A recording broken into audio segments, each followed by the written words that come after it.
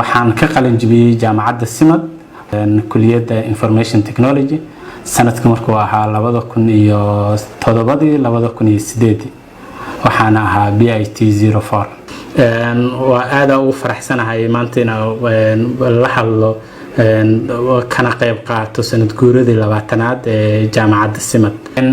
anaga marka jaamacadda ka qalin jibinaynay dabcan waxay ahayd waqtiga xoogaa uu ka yara adag oo waqtiga xilliga uu adkaay ahayd 2007 gaar ahaan markaas oo daraasadii noo dhamaatay runtii jaamacadda waxaa ku xusuustaa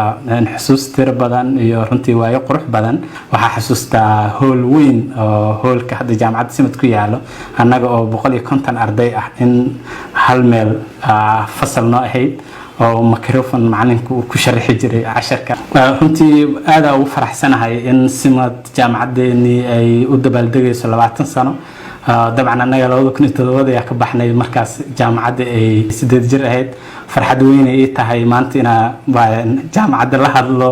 oo aan meel ganacsi aan abuuray oo dad badan ay ka shaqeeyaan anoo ka shaqeynaya aan mar kale xusuusto jaamacadda iyadoo 20 sano u dabaaldegayso runtii taas dareen farxadeed oo weyn ay tahay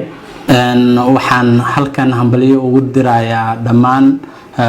maamulka jaamacadda Simad macallimiinta ardayda hadda dhigato alumnigeena oo runtii aad u balaaran xoog badan ah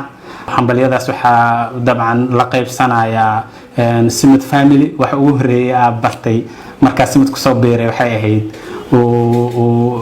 xasan sheekh rectorkeena hore maalintii ugu horeysay oo nagu dhahay meeshan waxa la dhahaa Simad family anaga oo dhan waxaan nahay hal family marka welina waa aaminsanahay ina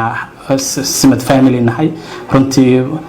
waxyaabaha marka magaalada joogno iyo meelaha shaqooyinka iyo waxyaabaha isku kaashano runtii waxa kamid ah ina hal qoys oo Simad la yiraahdo aan ka wada midnahay marka ugu dambayso waxa rabaa in fariinteeda ku wajahan 20 guurada la wadaago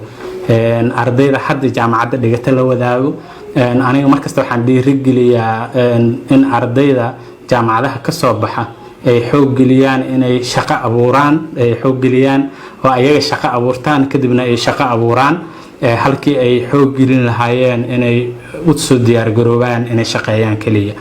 aad oo mahadsantihiin dhamaantiin oo idin salaamaya meel kasta oo adduunyada ka joogtaan saaxiibadii